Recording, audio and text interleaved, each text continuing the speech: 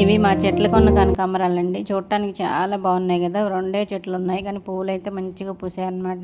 ఈరోజు నేను ములక్కాయ టమాటా కోడిగుడ్డు కర్రీ అయితే చేశాను. ఈ ములక్కాయలు చాలా కాస్తున్నాయండి. చిన్నప్పుడైతే కొంచెం ఇష్టంగా తినేదాన్ని, ఇప్పుడు అంతగా ఏం లేదు. ఆ కాయలన్నీ ఎవరు అడిగితే వాళ్ళకి ఇచ్చేస్తున్నాం.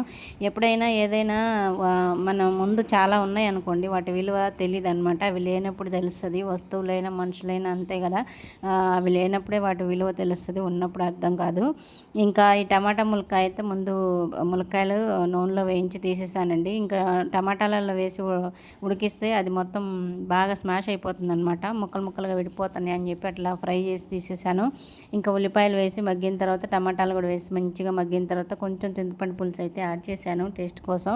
ఇంకా అట్లనే ములక్కాయలు గుడ్లు ఉడకబెట్టిన గుడ్లు కూడా వేసుకొని ఇంకా ఉప్పు కారం మసాలా వేసేసాను అంతే. చాలా సింపుల్గా చేసుకోవచ్చు. టేస్ట్ కూడా బాగుంటుంది. ములక్కాయలు దేంట్లో వేసినా కూడా బాగుంటుంది కదా. మటన్లో కానీ చారులో కానీ కూరలో కానీ ములక్కాయలు దేంట్లో అయినా చాలా బాగుంటుంది కదా. మా కాయలన్నీ కూడా బాగానే వస్తున్నాయండి. వచ్చినాయి అన్నీ ఎవరు అడిగితే వాళ్ళకి ఇచ్చేస్తున్నాం అనమాట. ఇంకా అట్లనే ఉంచినా కానీ ఇంకా 4 రోజుల తర్వాత మొత్తం ముదిరిపోతాయి అన్నమాట కాయలు. ఇంకెందుకులే అని చెప్పేసి ఇంక కోసి ఎవరు అడిగితే వాళ్ళకి ఇచ్చేస్తున్నాము. ములక్కాయలు హెల్త్కి కూడా చాలా మంచిది. మునగాకు కూడా చాలా మంచిదండి. మునగాకును కోడిగుడ్డు ఫ్రై చేస్తాను నేను. ఒక వీడియో కూడా పెట్టుంటాను.